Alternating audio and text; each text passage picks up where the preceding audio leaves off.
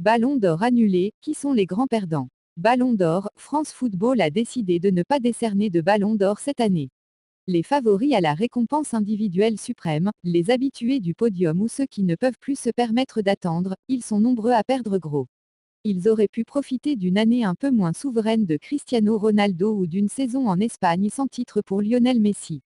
Il faudra patienter un an de plus. Les candidats au Ballon d'Or 2020 doivent l'avoir franchement mauvaise ce lundi. France Football a décidé de ne pas décerner la récompense individuelle suprême. En cause, l'iniquité d'une année de football tronquée par la pandémie de Covid-19.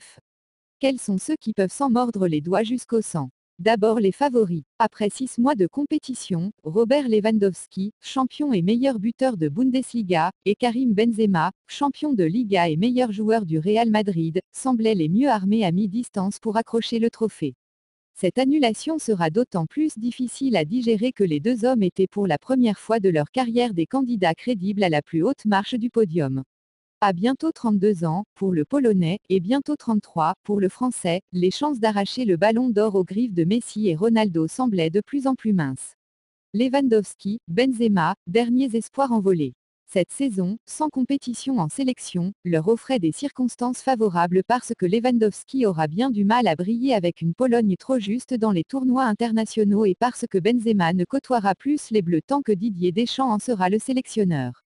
L'Euro 2021 et la Coupe du Monde 2022 ne devraient pas aider le duo de malheureux à prendre leur revanche dans les années qui viennent et cette annulation met peut-être fin à leur dernier espoir dans cette course prestigieuse. À 34 ans, les rêves de Sergio Ramos sont plus hypothétiques encore mais cette année, le Real, par la voix de son président Florentino Pérez, avait décidé de faire campagne pour Benzema.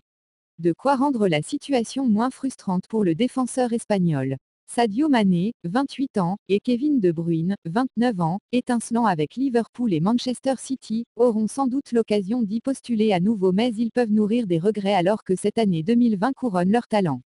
Messi-Ronaldo, perdant malgré tout. Naturellement, presque par définition, Lionel Messi et Cristiano Ronaldo sont des candidats.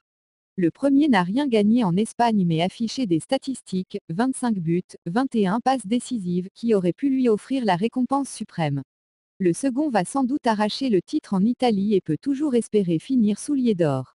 La Juventus et le Barça sont toujours en course en Ligue des Champions et le duo aux 11 ballons d'or avait encore son mot à dire.